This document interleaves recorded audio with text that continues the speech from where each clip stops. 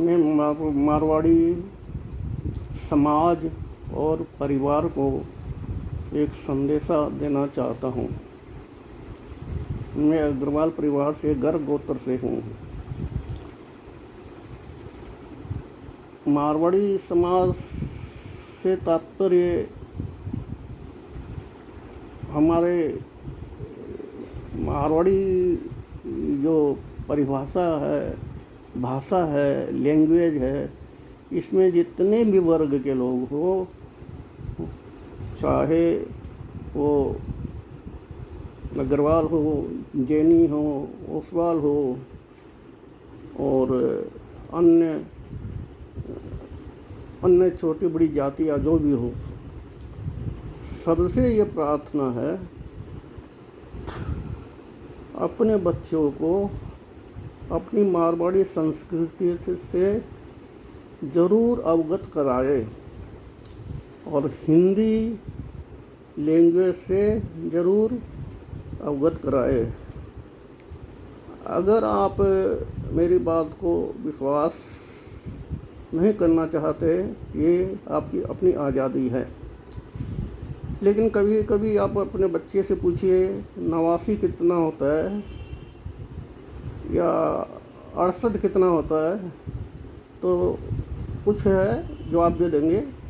और अधिकतर बच्चे ऐसे हैं, ये 68 क्या होता है, 68 मतलब what is the meaning of 68। तो आपने उनको हिंदी नहीं सिखाया, सिर्फ जो है ये इंटरनेशनल लैंग्वेज इंग्लिश पे ज़्यादा जोर दिया। इंग्लिश की हमें बहुत आवश्यकता है।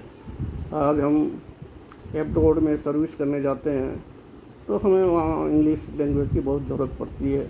और सारे अकाउंट्स वगैरह जो कुछ भी है, आज कंप्यूटर और जितनी आजकल की आधुनिक सुविधाएं हैं, सारी की सारी जो है प्राय इंग्लिश में ही है।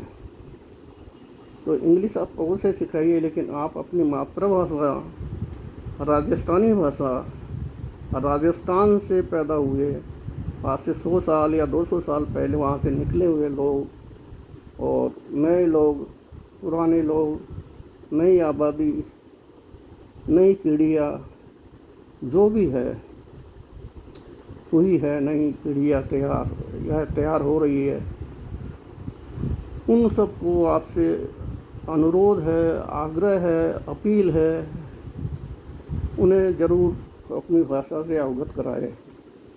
और मारवाड़ी लिपि लुप्त प्राय हो चुकी है, तो शायद हमारे बुज़ुर्गों में कोई मारवाड़ी लिपि जानते होंगे, निश्चित है कि जानते ही होंगे। तो उस मारवाड़ी लिपि से भी बच्चों को परिचित करवाए और वीडियो डालें, ताकि लोग सीखें, समझें और समझने की चेष्टा करें। आज हम अपनी ही भाषा को अपने घर में मारवाड़ी भाषा को प्रयोग नहीं करते हैं। या तो हम हिंदी में बात करेंगे या इंग्लिश में बच्चों को सिखाएंगे। अरे आप ज़रा सोच के देखिए ठंडे दिमाग से।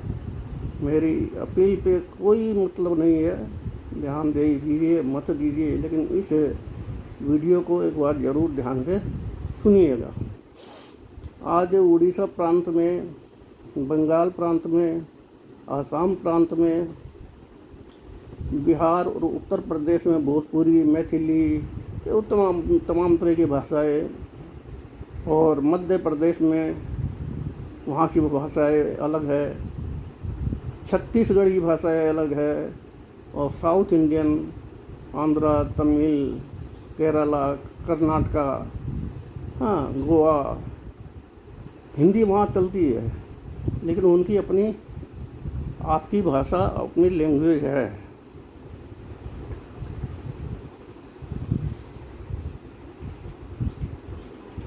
कृपया इस ओर ध्यान दें और भूल चूक के लिए क्षमा प्रार्थी हूँ।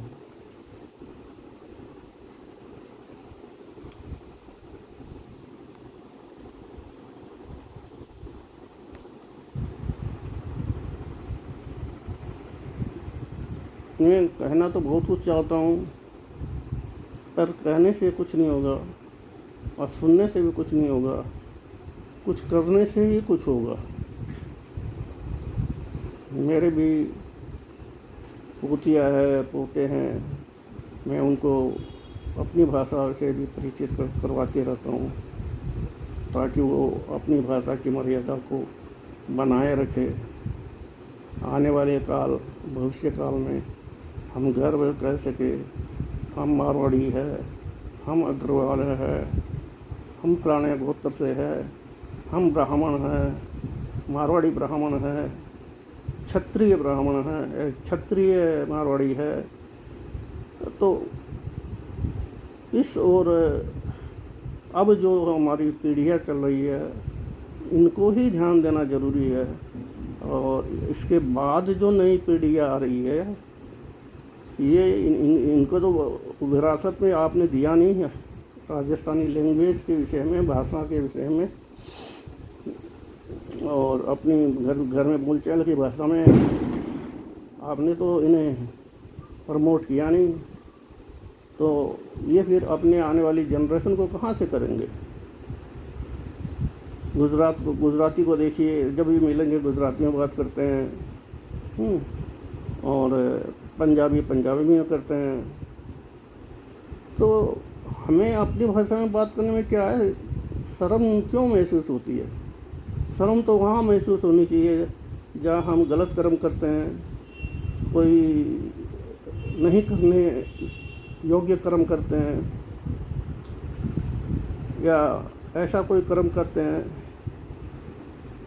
जो हम संसार से तो छुपा लेते हैं लेकिन अपने आप से नहीं छुपा पाते।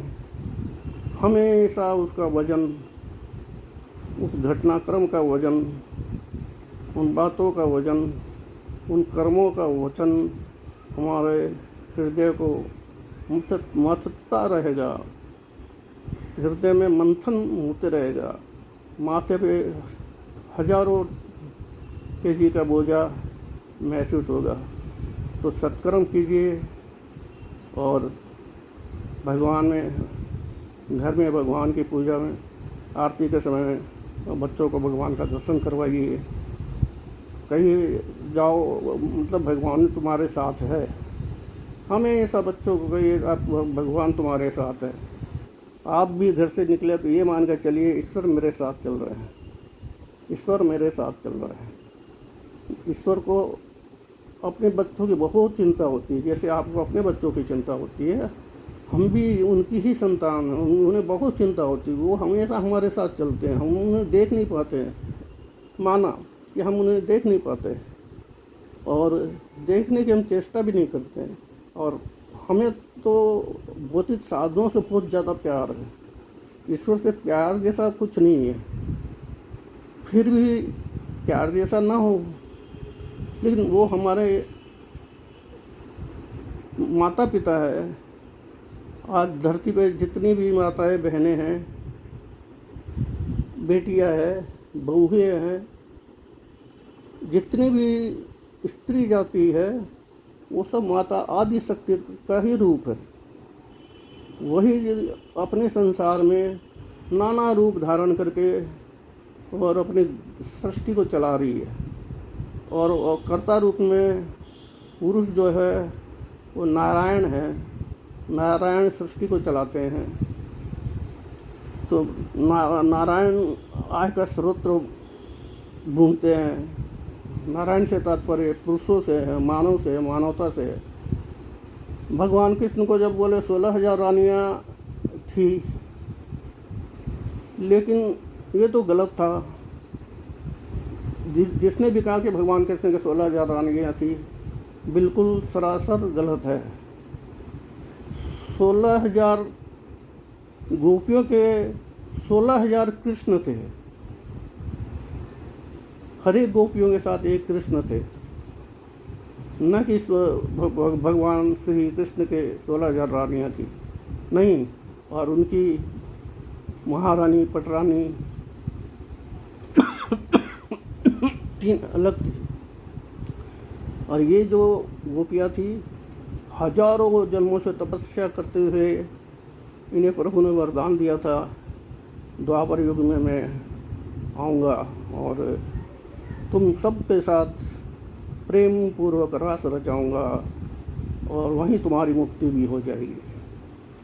तो बातें बस बहुत है, करते रहिए, बोलते रहिए, और बातें बहुत ज़्यादा बड़ी हो जाने से बोरियत महसूस होती है, इसलिए मैं यहीं पे इस बात को ख़त्म करता हूँ।